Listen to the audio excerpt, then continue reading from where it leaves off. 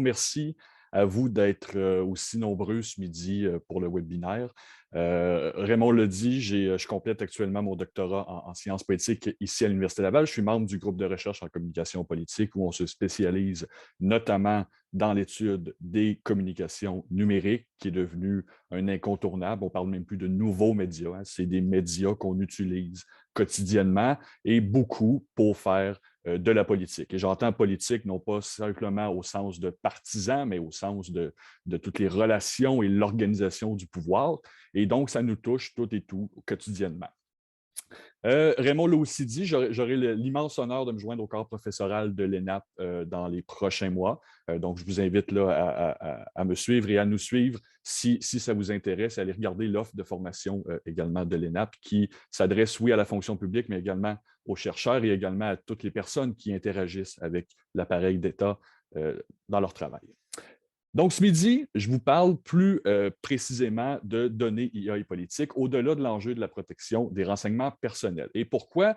Et il ne faut pas le voir comme un affront à ceux et celles qui disent qu'il y a véritablement un enjeu de protection de la vie privée. C'est vrai et c'est très important, mais on en parle beaucoup. Et un des points de la présentation de ce midi, c'est justement de montrer qu'il y a autre chose que la question très importante et très centrale de la protection de la vie privée, parce que ça va au-delà de la protection des renseignements qui sont utilisés à des fins de communication, mais ça a aussi des effets, des impacts, voire des conséquences négatives dans le jeu public et politique. Et ça nous touche, vous et moi, comme citoyens et comme citoyennes. Donc, je vous propose le plan de match suivant.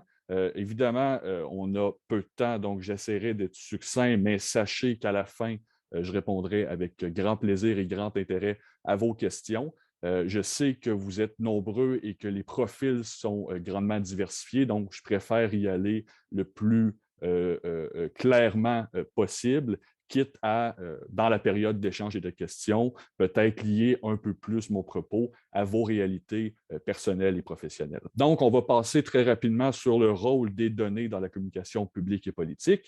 Je dis rapidement parce qu'on commence à avoir une bonne idée de ce qui est fait du côté politique avec nos données personnelles à des fins de communication, mais on va revoir le tout ensemble. Également, on va parler justement du cadrage actuel autour de la question des renseignements privés. J'ai quelques résultats de recherche à vous présenter qui expliquent pourquoi, lorsqu'on parle des données et de l'intelligence artificielle appliquées en contexte politique, on en parle principalement du point de vue de la protection de la vie privée. Je vais vous exposer le cœur de ma présentation, quelles sont les autres conséquences possibles. C'est de mieux en mieux documenté, j'ai envie de dire, dans la littérature, mais également il y a beaucoup encore à faire pour comprendre quels sont les effets potentiels et les effets réels de tout cela dans le jeu public et politique. Et en fin de présentation, j'ai pour vous quelques, j'appelle ça des pistes de solutions, mais c'est des rappels sur la base de ce qu'on va voir sur comment on peut, comme citoyen, comme organisation, être conscience du phénomène et comment naviguer dans ce phénomène-là, parce qu'évidemment, qu'on en soit conscient ou pas, ça a des impacts sur notre façon de voir et de percevoir les choses. Et la perception, c'est clé hein, dans la politique, parce que souvent, on prend des décisions sur la base de perceptions, et ces perceptions-là peuvent être faussées ou biaisées par un certain nombre de phénomènes, dont la communication orientée par les données. C'est le plan de match que je vous propose et évidemment, à la fin, vos questions, vos commentaires seront les bienvenus. Avant toute chose, quelques petites précisions conceptuelles. Bon, vous savez, le numérique, la communication, les données, c'est fondamentalement transdisciplinaire, donc tout le monde a un peu son propre langage pour en parler. Je vous présente ce que je veux dire lorsque je parle de données, lorsque je parle de communication politique, lorsque je parle de marketing politique aussi. Vous allez voir, c'est important pour la suite du propos. D'abord, j'entends données au sens le plus large qu'on peut y avoir, c'est-à-dire toute information de nature qualitative, quantitative, peu importe, massive ou non, hein, parce que oui, on parle beaucoup des données massives, mais il y a aussi une très grande valeur en communication politique aux données plus précises, moins nombreuses, mais souvent un peu plus riches, diront certains. Et donc, les données, hein, c'est entendu au sens de ressources, ressources qui aident les organisations publiques et politiques à, dit-on, améliorer leur communication. Lorsque je parle de politique, bon, je suis politologue de formation, donc je vous dirais qu'un peu tout est politique, hein. La politique touche toutes les facettes de nos vies. Beaucoup de choses qu'on ne pense pas politiques le sont, que ce soit le nombre de Québécois dans l'alignement partant du Canadien de Montréal, que ce soit la propriété de telle compagnie, que ce soit la guerre. L'actualité nous rappelle, bref, sans cesse, que tout est un peu politique. Et il faut comprendre donc communication politique, non pas comme un synonyme de communication électorale ou de communication partisane. La communication politique, au fond, c'est quoi? C'est l'ensemble des échanges entre et au sein de trois groupes de protagonistes. C'est la figure que vous voyez à l'écran, c'est-à-dire tous les échanges, les messages entre les institutions politiques et les personnes qui les représentent ou qui les incarnent, entre les médias et entre les citoyens. Donc, tous ces échanges-là peuvent être qualifiés de communication politique. Et le marketing politique, c'est important parce que c'est à l'origine de la logique de l'utilisation des données comme ressources à des fins de communication publique et politique. C'est-à-dire que le marketing politique, c'est l'importation ou l'adaptation de la logique de marketing commercial à la sphère publique et politique. De la même façon qu'une entreprise va chercher à créer des produits ou une offre qui va être le mieux adaptée à la demande et qui va chercher à créer une relation avec les clients, mais dans la sphère publique et politique, cette logique-là, elle est adaptée et c'est devenu une tendance. Les partis politiques, les organisations publiques, les municipalités, les gouvernements, consciemment ou pas, mais c'est très bien documenté dans la littérature, notamment par les travaux d'Alex Marland, qui est professeur à Memorial, eh bien, on importe les techniques, la logique, la vision marketing au sein des organisations publiques pour tenter d'adapter l'offre. Et l'offre, ça peut être une politique publique, ça peut être un message clé, ça peut être un programme. Bref, l'offre est ce qu'on a à offrir et on cherche à l'arrimer de plus en plus à la demande des citoyens, par exemple, mais on le verra aussi à la demande de certains segments en particulier des citoyens. Et si on réfléchit un peu, on pourrait l'aborder un peu plus tard ensemble, mais tout ça rouvre la porte à, oui, des possibilités intéressantes, notamment pour que les institutions et les partis soient mieux entendus auprès des personnes qui seraient intéressées à les entendre, mais ça implique également que les ressources sont dirigées vers les personnes qui sont jugées peut-être plus payantes ou plus intéressantes, et on délaisse certains membres, certains segments de l'électorat ou de citoyens, et ça rouvre une autre porte vers des conséquences qu'on peut juger négatives. Donc, ce que j'entends par donner communication politique et marketing politique, vous l'avez devant vous, et nous avons maintenant des bases communes. Lorsque je parle de l'importation de la logique de marketing politique dans la sphère publique et politique, l'importation de la logique marketing commerciale, pardon, dans la sphère publique et politique, il y a plusieurs modèles pour l'illustrer. Il y a des modèles qui sont propres à la discipline du marketing, il y a des modèles en administration.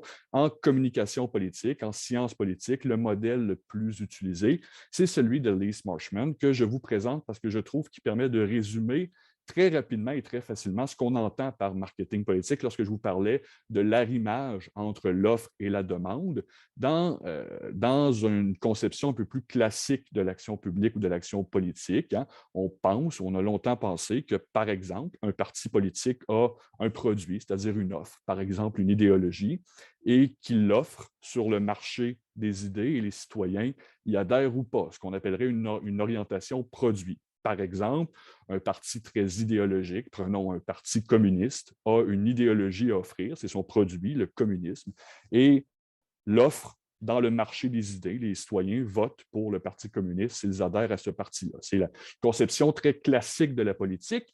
Ce qu'on observe ces dernières années, particulièrement depuis le tournant des années 2000, d'abord sur la scène fédérale sous Stephen Harper, qui a vraiment été un précurseur dans l'importation du marketing commercial en politique, mais aujourd'hui, ça tend à se généraliser à tous les paliers de gouvernance, que ce soit fédéral, québécois ou municipal. C'est un déplacement de l'orientation produit où on avait des produits politiques idéologiques forts vers une offre de produits politiques de plus en plus adaptés aux besoins et aux intérêts de la population. Ça peut s'expliquer par une panoplie de causes, notamment l'individualisation de la société, le fait qu'on est de moins en moins peut-être intéressé ou on a de moins en moins la possibilité de suivre la joute politique et publique. Et donc, pour être rejoint, il faut qu'on soit rejoint par des messages qui nous interpellent davantage. C'est, entre autres, la baisse du militantisme aussi. On est de moins en moins membres de partis politiques, on milite de moins en moins pour des partis politiques.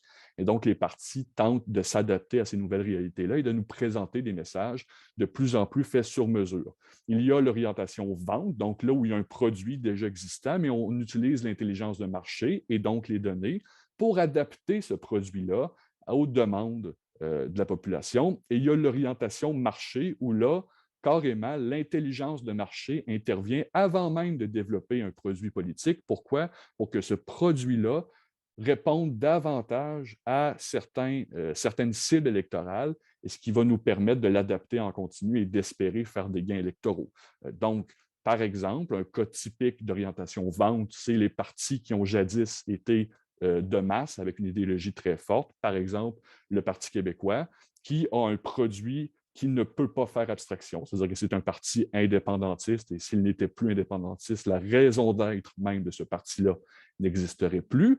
Mais on tente d'adapter ce produit-là aux demandes du marché, notamment parce que les électeurs québécois sont de moins en moins, ou du moins ne sont plus aussi indépendantistes qu'avant. Et un exemple d'orientation marché, un exemple d'actualité, c'est la présidentielle française, bien le parti d'Emmanuel Macron, le parti En Marche, c'est un parti créé de toutes pièces autour d'une personne avec un programme politique qui espérait répondre à assez d'électeurs pour l'amener au pouvoir, et ça a fonctionné une première fois et peut-être que ça fonctionnera une seconde fois.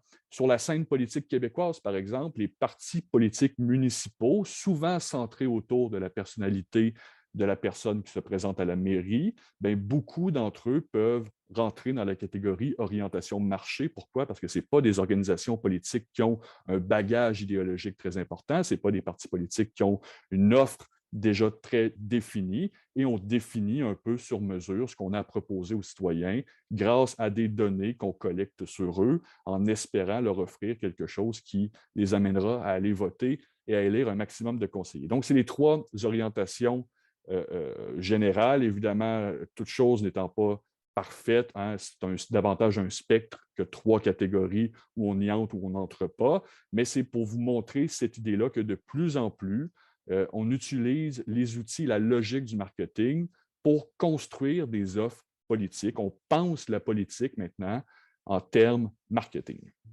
Et ça a des incidences. Bon, comment ça se déploie concrètement? Vous savez, il y a la phase stratégique de planification et la phase tactique de mise en œuvre de n'importe quelle stratégie. En politique, c'est la même chose.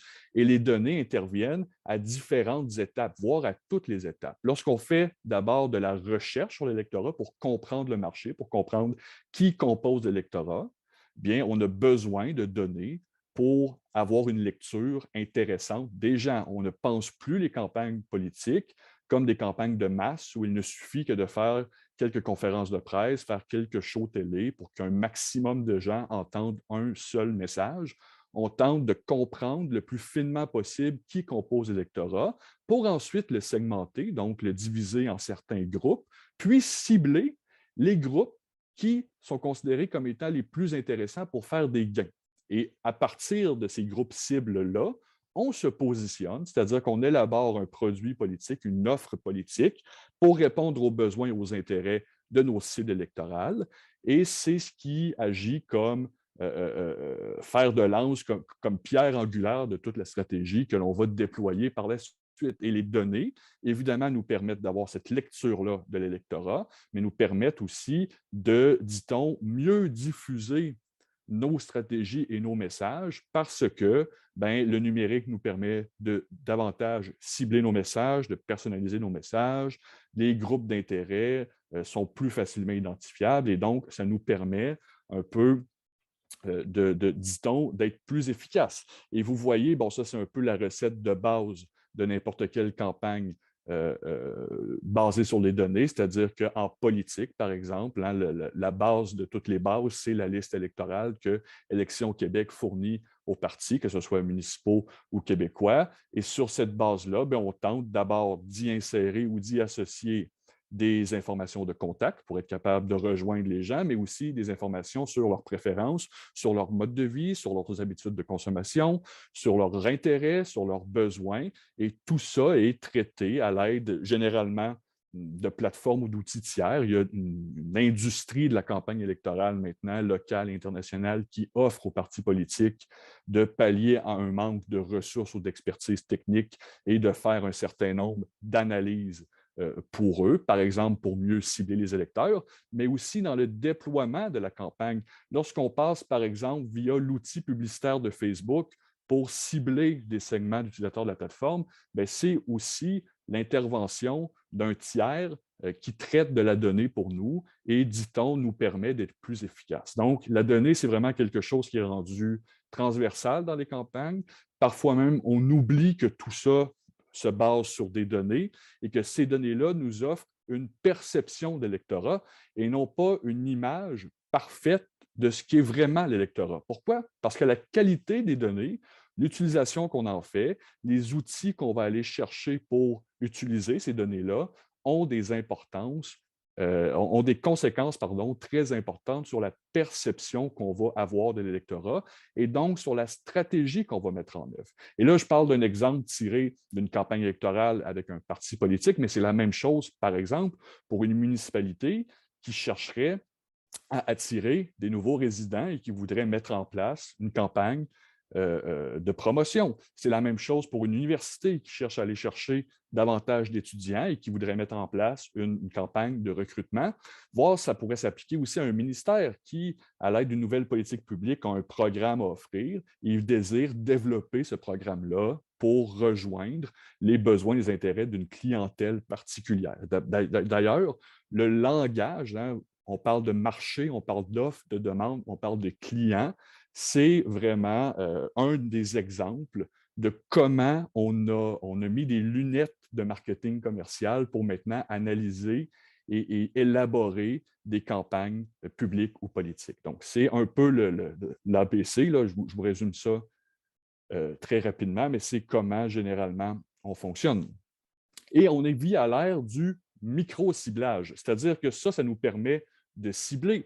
Mais parce que l'information est de plus en plus accessible, parce qu'on est capable de la collecter et de la traiter plus rapidement, ça nous permet d'avoir une compréhension qui est toujours de plus en plus fine de nos cibles potentielles.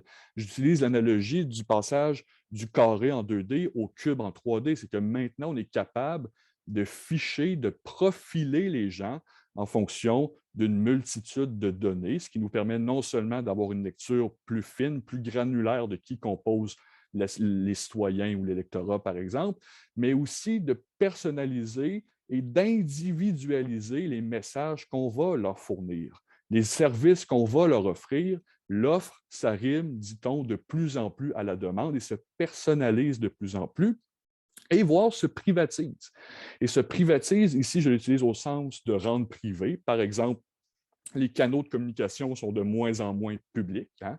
Par exemple, la publicité ciblée, si vous voyez sur un média social une publicité d'un parti politique, c'est probablement quelque chose qui est construit et qui vous est distribué en fonction de vos intérêts à vous. Ce n'est plus le message publicitaire général qu'on publiait dans la presse, par exemple. Donc, c'est de plus en plus privé. C'est vous qui le voyez parce que vous êtes vous et les autres n'en ont pas nécessairement conscience, mais privatisation au sens aussi où de plus en plus, on s'appuie sur des tiers pour faire un certain nombre de choses qui ont des incidences importantes à la fois dans le développement de la stratégie et dans le déploiement de la stratégie. Ce n'est pas nécessairement une mauvaise chose, mais il faut en être conscient parce qu'il y a des notions d'expertise, par exemple, à la fonction publique, une fonction publique quelconque qui ne parvient pas à développer une expertise, se retrouve dépendante de tiers qui, eux, n'ont peut-être pas la même conception de la mission et n'ont peut-être pas non plus les mêmes contraintes associées à l'organisation. Mais tout ce que je viens de dire là s'applique à la sphère partisane, à la sphère publique gouvernementale, à la sphère privée également. Et donc, ça rouvre un certain nombre d'enjeux que parfois on a tendance simplement à présenter sous l'aspect de la protection de la vie privée, mais il y a beaucoup d'autres choses. Le point tournant, pourquoi on parle de ça aujourd'hui, pourquoi de plus en plus de chercheurs s'y intéressent, le point tournant, c'est vraiment le scandale Cambridge Analytica en 2018, où c'est probablement la première fois où, à grande échelle, on s'est rendu compte que nous étions tous, vous et moi, fichés par des personnes qui avaient des intérêts commerciaux à le faire. Avant cela, ce n'était pas public au sens grand public. Les personnes, évidemment, certains d'entre vous, fort probablement, qui travaillaient avec les données le savaient, mais dans l'espace public, on avait une conception très approximative de ce pourquoi constamment, on nous demandait de réagir, on nous demandait d'émettre nos opinions, nos préférences, mais évidemment, c'est pour nous profiler à des fins notamment commerciales et à des fins politiques. Et donc, 2018, c'est vraiment un point tournant. Depuis ce temps-là, c'est généralement admis qu'on a une connaissance un peu minimale. Évidemment, on ne connaît pas tous le b.a.-ba de comment cela fonctionne, mais on a une idée que, comme on dit souvent, si c'est gratuit, c'est parce que c'est nous le produit. Donc, les plateformes en ligne, notamment, veulent qu'on publie nos émotions et nos pensées. Pourquoi? Parce que c'est très utile pour construire des profils et ensuite permettre à des annonceurs de mieux nous cibler. Et ça, c'est utilisé à des fins publiques et politiques. Le cadrage de la question de la protection de la vie privée. Pourquoi on en parle sous l'angle de la protection de la vie privée? J'ai fait l'exercice d'analyser comment cet enjeu-là a été publicisé au sens de rendre public par les médias d'information au Québec. Et on voit que, bon, d'abord, c'est bien connu dans la littérature que les médias, qu'ils soient traditionnels ou sociaux, ont un rôle important dans la mise à l'agenda des enjeux publics. C'est eux qui, encore aujourd'hui, agissent comme curateurs, si on veut, de contenu. Du moins, c'est par les médias que les choses deviennent des enjeux publics et politiques. Et donc, c'est important d'analyser ce que les médias font, comment ils parlent de certaines choses, parce que comment ils en parlent a une incidence sur comment nous, on comprend les choses. Et ce n'est pas nécessairement vrai que parce que de plus en plus les gens ne s'informent plus à la source, mais via les médias sociaux, que les médias traditionnels n'ont plus ce rôle-là. Ils ont encore ce rôle-là parce que, d'une part, le contenu que l'on trouve en ligne souvent provient de médias traditionnels. Ce n'est pas parce qu'on ne lit plus la version papier d'un journal que ce journal-là n'a plus d'importance dans l'univers médiatique. Bien au contraire, certaines études suggèrent que les médias écrits québécois ont encore un rayonnement très important en termes de lectorat. Mais également, les médias agissent comme référence. Quand les médias parlent de quelque chose, bien, on a quelque chose à se mettre sous la dent. Souvent, c'est à partir de ce moment-là qu'on va s'y intéresser. Et parfois, les articles journalistiques deviennent des références pour d'autres médias. On parle à la radio ou à la télé de quelque chose parce qu'un journal en a parlé. Donc, c'est là l'importance, bref, de s'intéresser encore aujourd'hui, même à l'ère numérique, aux bons vieux journaux papier. Et donc, j'ai analysé comment ces journaux-là, comment les journaux francophones québécois avaient parlé, avaient cadré la question de l'utilisation des données de l'intelligence artificielle en politique pour nous permettre de mieux comprendre les raisons qui font en sorte qu'on pense spontanément à l'enjeu de la protection de la vie privée lorsqu'on s'intéresse à cette question-là. D'abord, l'analyse, et là, j'ai mis quelques précisions méthodologiques à la fin, mais le but, ce n'est pas de vous saouler avec ça. Si vous avez des questions, ça me fera plaisir d'y répondre, mais c'est une analyse qui est qualitative pour aller chercher comment les éléments de langage, comment on présente les choses, qui nous permet après de mieux comprendre comment nous, on perçoit les choses. Et donc, ça confirme que le scandale Cambridge Analytica est vraiment le point tournant. Et rappelez-vous, à l'époque, les politiciens québécois et canadiens étaient constamment questionnés par les médias d'information pour savoir quelles étaient leurs pratiques. Et beaucoup d'entre eux ignoraient même quelles étaient les pratiques de leur parti en termes de ciblage et de micro-ciblage. On voit dans l'évolution de la couverture médiatique sur l'utilisation des données en politique un basculement, donc en 2018. Avant 2018, la couverture était plus sympathique face aux données, plus enthousiastes même face aux données. Pourquoi? Parce qu'on présentait l'utilisation des données et du marketing politique comme étant une solution intéressante à la baisse de participation électorale, à la baisse de militantisme aussi au sein des partis, à la baisse des ressources. Les partis politiques doivent faire avec des budgets qui sont restreints, avec peu de bénévoles, avec peu d'intérêt aussi de la part du commun des mortels. Et donc, on présentait dans la presse un certain nombre d'outils comme Nation Builder, comme Démocratique, comme étant des solutions très intéressantes et très prometteuses. À partir de 2018, le big deal que je viens de vous présenter s'est transformé en Big Brother. Et Big Brother au sens orwellien du terme, là, pas au sens de Big Brother célébrité, là, mais cette figure qui nous fiche, qui nous espionne, cette menace même. Et dans la presse, le ton a changé drastiquement. On avait des titres du genre « Les partis politiques vous espionnent ». On avait des titres « Ils vous ont tous fichés ». On avait des articles de fond très bien fouillés où on tentait d'obliger les partis politiques à nous dévoiler un peu ce qu'ils faisaient avec les données qu'ils disposaient sur nous. Évidemment, l'enjeu de la vie privée était au cœur de ce traitement-là. Hein. Donc, en présentant la chose comme Big Brother, on présentait la chose comme quelque chose qui nous espionne et non pas quelque chose qui peut avoir d'autres conséquences sur le processus démocratique. Vraiment, dans les médias, en général, on présente l'utilisation des données en politique, l'utilisation de l'intelligence artificielle en politique comme quelque chose qui est une menace à la protection de notre vie privée, de nos renseignements, mais on s'intéresse peu, voire pas du tout, aux conséquences sur le débat démocratique, aux conséquences sur la circulation de l'information. Si on en parlera tout à l'heure, ce sont des menaces sérieuses auxquelles nous devrions commencer à avoir une réflexion tout aussi sérieuse parce qu'à l'ère du micro-ciblage, cette notion de libre circulation de l'information, elle est essentielle si on veut jouer un rôle citoyen éclairé.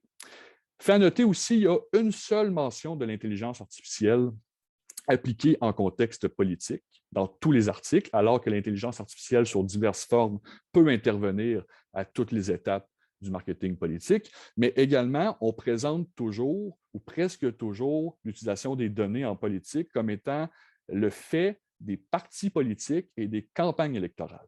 On ne présente pas, alors qu'on sait que le potentiel est là et que les pratiques sont probablement là également, on ne présente jamais l'utilisation des données pour de la communication politique gouvernementale, par exemple. On ne présente pas l'utilisation des données pour informer les décisions de politique publique ou encore l'utilisation des données par des tiers partis, que ce soit des groupes d'intérêt, que ce soit des tiers enregistrés lors des élections. Donc, on semble ou on présente le fait comme étant uniquement une pratique faite par des stratèges politiques et donc il y a une certaine charge un peu négative qui est associée à tout ça. Pourquoi? Parce qu'on est généralement très sceptique lorsqu'on parle de politique dans les médias. Et il y a un cadrage stratégique des médias, aussi documenté dans la littérature, c'est-à-dire que lorsque les médias parlent de la politique, on tente de détricoter les stratégies et donc on présente ça comme étant quelque chose qu'il faut détricoter et non pas quelque chose d'acceptable ou quelque chose de nécessairement positif.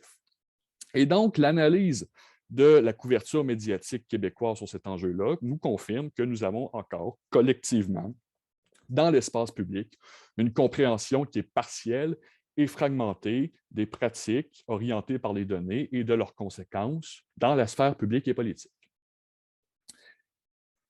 Il y a aussi une inégalité des gens qui sont mobilisés pour parler de cela. Vous voyez, ça a été essentiellement des gens associés à la sphère politique et à la sphère des autorités, des institutions qui ont été mobilisés dans la couverture médiatique. Ce que ça nous dit, c'est que les médias ont présenté le problème des données en politique comme une question politique à laquelle on devait avoir une réponse législative. Alors, ce n'est pas faux, ce n'est pas fautif, mais ce n'est pas complet. Et évidemment, le phénomène est plus gros et le phénomène est souvent aussi dénationalisé, c'est-à-dire que ce n'est pas parce qu'un État ou une juridiction vote une loi que le phénomène est complètement réglé à l'intérieur de ces frontières-là.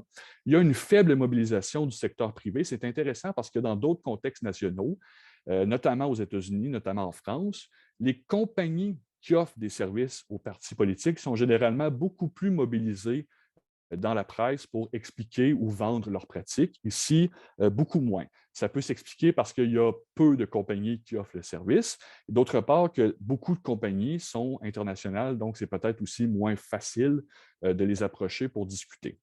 C'est intéressant aussi que peu de chercheurs universitaires ont été mobilisés dans les articles et que la société civile et que les citoyens, donc les personnes qui sont principalement concernées par les conséquences, par cette vie privée qu'on désire protéger, c'est la vie privée des citoyens, ces gens-là sont totalement ou presque totalement absents de la couverture médiatique.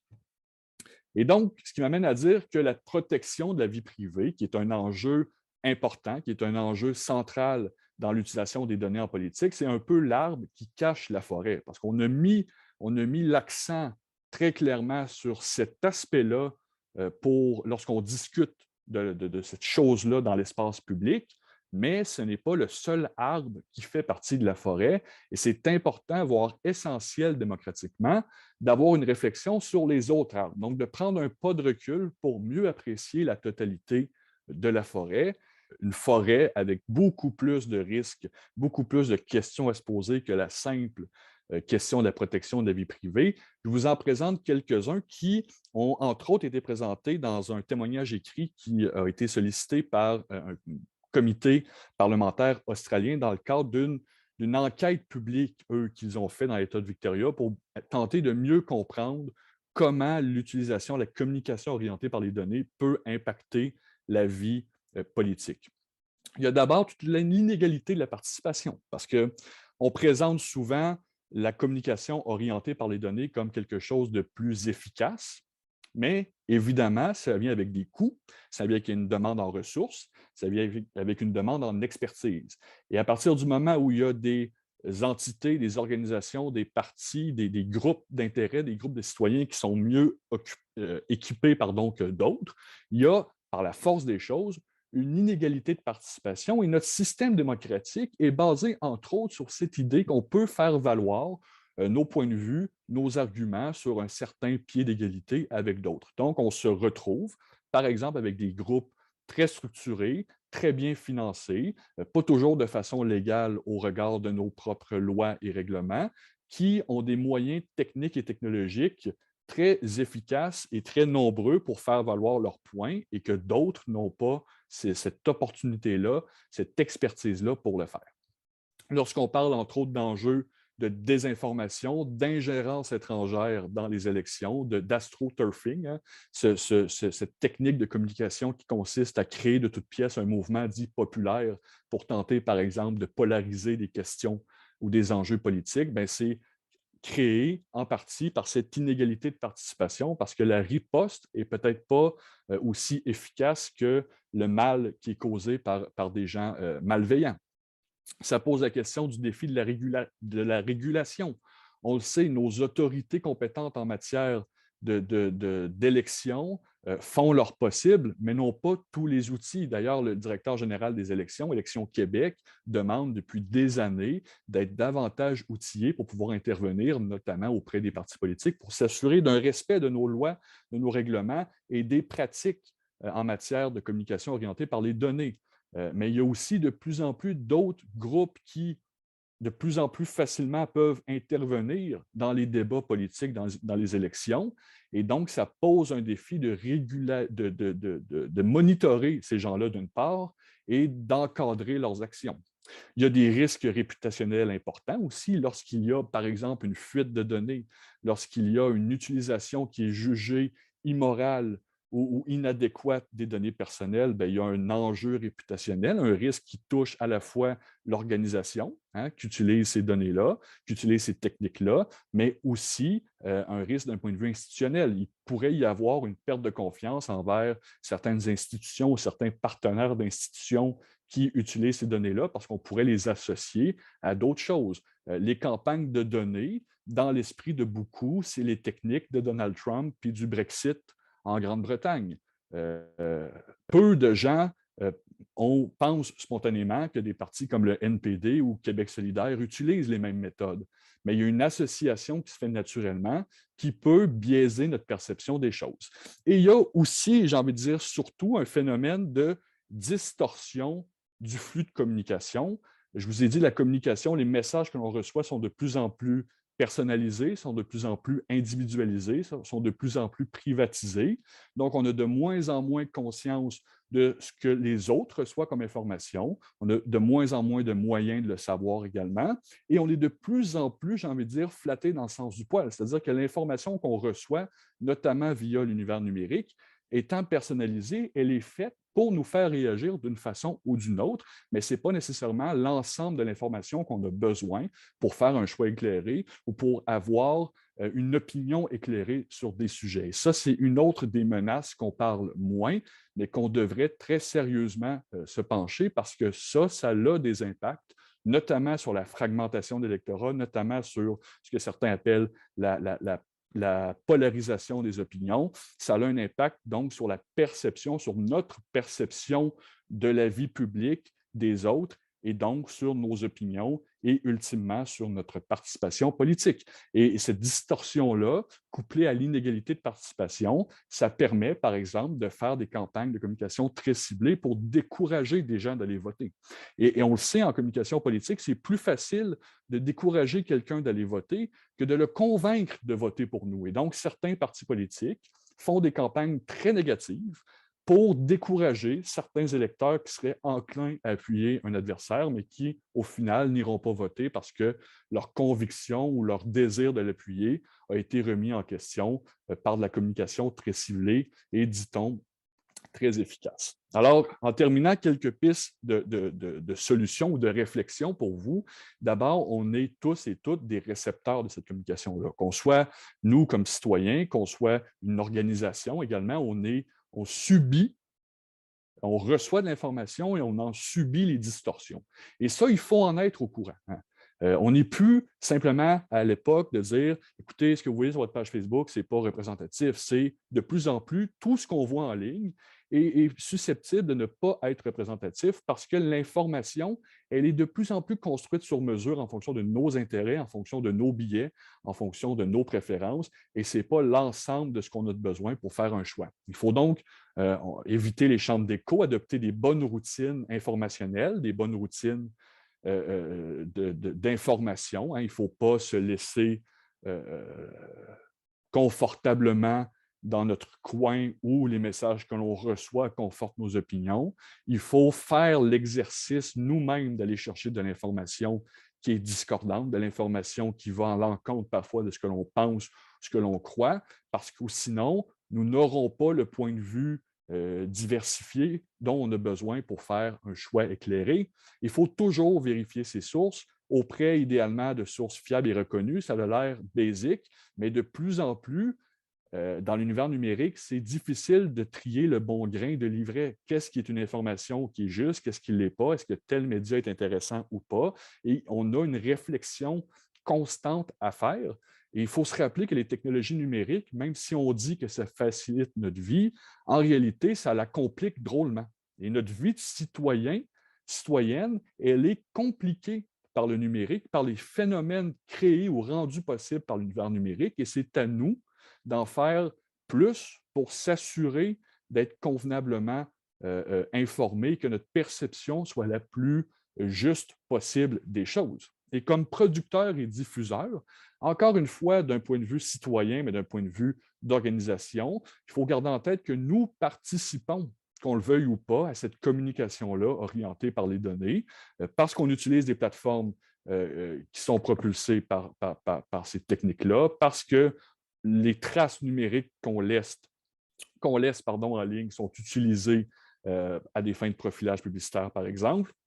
Et donc, il faut douter des beaux discours. Hein. Lorsqu'une entreprise tierce nous approche en nous disant qu'ils ont la meilleure invention depuis le pain tranché qui peut, à l'aide d'un moyen technologique simple, régler un problème que l'on vit, il faut faire attention. Pourquoi? Parce que d'une part, la littérature montre qu'il y a encore un écart entre le discours des entreprises et la réalité de ce qu'ils sont capables de faire, mais également parce qu'on a encore une compréhension approximative des effets de nos propres actions et des effets, par exemple, de la communication centrée sur les données, sur le jeu démocratique. Il faut en prendre conscience également lorsqu'on décide de cibler des gens, il faut être conscient qu'on décide aussi de ne pas rejoindre certaines personnes. On décide d'exclure certaines personnes et ça a ultimement un impact démocratique parce qu'avec l'arrivée d'abord des chaînes spécialisées, ensuite de l'univers numérique, avec la montée de la communication personnalisée, individualisée, ce qu'on appelle l'exposition accidentelle, c'est-à-dire le potentiel de tomber sur de l'information qui est utile, mais qui n'est probablement pas ce qu'on veut voir ou entendre à un moment donné, chute drastiquement. Mais on a besoin de cette information-là. Si on ne fait que surfer sur des sites qui nous confortent, d'écouter simplement des trucs que l'on aime, bien, on s'exclut de certaines informations qui sont pertinentes. Et lorsque, comme organisation, bien, on y va de publicité ou de communication très ciblée, bien, on exclut aussi les probabilités que d'autres personnes qu'on ne pense pas intéressées par notre offre et qui pourraient l'être, y soient exposées.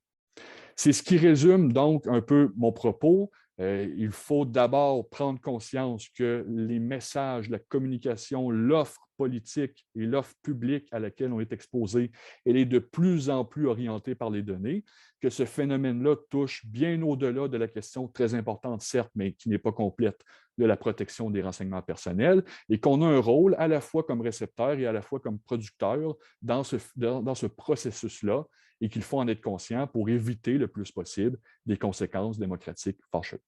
Sur ce, je vous remercie et je suis bien intéressé à prendre vos questions et vos commentaires.